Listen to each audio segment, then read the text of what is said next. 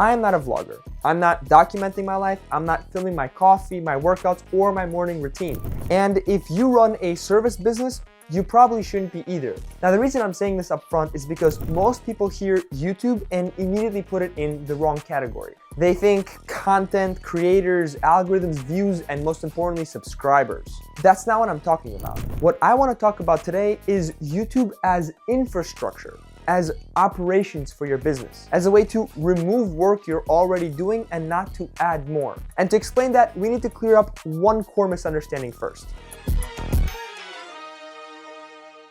Here's the misunderstanding. Most people think YouTube is about attracting attention. For service businesses, it's not. It's about removing repetition. And once you see that distinction clearly, the whole thing clicks. But let's talk about how people actually find service businesses on YouTube in the first place, because this is where YouTube is fundamentally different from most platforms. People aren't casually browsing YouTube for a commercial real estate broker, and they don't scroll for fun hoping to stumble across a bankruptcy attorney. They search when they already have a problem, and that's the key point, and it's worth slowing down on. When someone finds you on YouTube, they're not usually passive, they're active. They're typing things like, how does commercial real estate leasing actually work?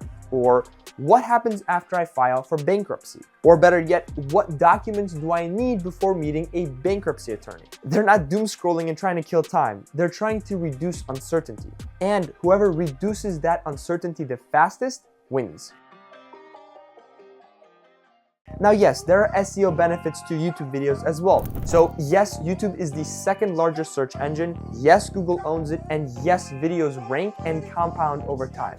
All of that is true, but that's not the interesting part. The interesting part, and the part most people miss, is what happens after someone finds the video. Because the real value of long-form YouTube for service businesses isn't marketing, it's operational. Let me explain what I mean by that. Most service businesses repeat themselves constantly. Same explanations, same frequently asked questions, same process breakdowns, same here's how this works conversations every week. And because this repetition is spread across meetings, emails, calls, and follow-ups, it doesn't feel expensive, but it is. Think about how many of the same questions you get asked by your clients. How many times have you repeated your process to them? You're not selling to them, you're not delivering, you're just clarifying. Now, before we talk about how video fixes this, there's one important thing to understand about people. People are bad at retaining verbal information. You can explain something perfectly in a meeting and they'll forget half of it by the time they get to their car. That's not a client problem, that's just how human memory works. But video changes that equation, because videos can be replayed, paused, rewatched, and when you add structure and visuals, comprehension goes way up. So instead of explaining the same thing 10 times, you explain it once, properly. Now, let me show you what this looks like in practice. Here's a concrete example. Take a commercial real estate broker I'm actively talking strategy through right now. She's overwhelmed, but in the good way. Business is very strong. The problem is that every new client asks the same questions. What do you need from me? Why does this take so long? Every one of her onboarding calls start from zero, which means longer calls, more back and forth, clients showing up unprepared, and friction that shouldn't exist. Here's the shift we're considering for her business. Long-form YouTube videos explaining the buying journey from zero. For example, how to open a healthcare office from scratch in Jacksonville. Now, this is not a marketing video, this is not highlights, this is not random clips. This is a single structured walkthrough of her entire process. What happens before engagement? What does she need from the client? Common mistakes clients make? What slows deals down? And what makes things move faster? At this point, something very important is happening. Instead of explaining her process 10 times a week,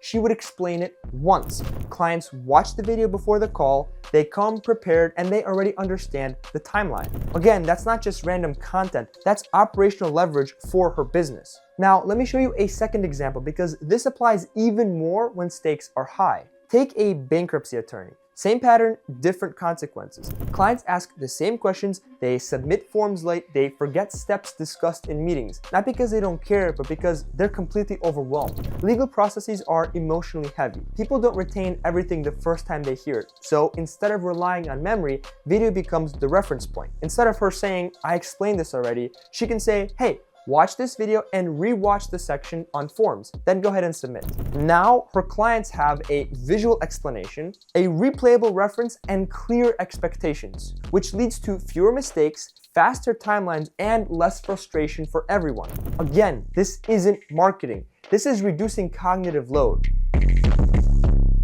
Now, there's one more layer to this that's easy to overlook if you only think about videos operationally. Authority. Not perceived authority, actual authority. And this is where long-form YouTube videos quietly do something that most people don't expect. One of my clients' Borshchak Law group actually saw this firsthand and texted me. He's a divorce and family law firm, not criminal defense. But they were approached by Crime TV to cover a local homicide case. And this part matters. They told him directly why they chose him over attorneys who actually specialize in criminal law. It wasn't reputation, it wasn't ads, it wasn't networking, it was his videos. At the point where Crime TV actually reached out to him, he had already built out 50+ videos, including FAQ videos, testimonial videos, about us videos, and process explanation videos. So when the producers looked him up, they didn't just see a website. They saw someone who already answered questions clearly on camera at scale. So to them, he wasn't just a divorce attorney. He was the guy who explains things well. That's authority. And notice what I didn't say here. They didn't care about his follower count, not about how many videos went viral, not about what trends he's followed, just the depth of his videos and the clarity of his videos. When someone spends between 5 to 10 minutes with you on YouTube explaining their exact problem calmly, clearly, without rushing, by the time they're actually ready to talk to you, the relationship is already established. You're no longer one of the options. You're already the person who's helped them. And that is a completely different starting point. And this is why I don't think of YouTube videos as content. They're not posts, they're not campaigns, they're assets. They train prospects, filter clients, reduce repetition, and quietly build trust at scale. And you don't need to upload every week. You don't need to chase trends, and you don't need to become an internet personality. You need to document what you already explained once clearly. That's the whole idea. So I'm not a vlogger, and if you run a service business, you probably shouldn't be either. But if you're tired of repeating yourself, tired of clients showing up unprepared, tired of explaining the same things over and over and over again, YouTube might be the most practical and operational tools you're not using. That's the shift. It's not content, it's business infrastructure.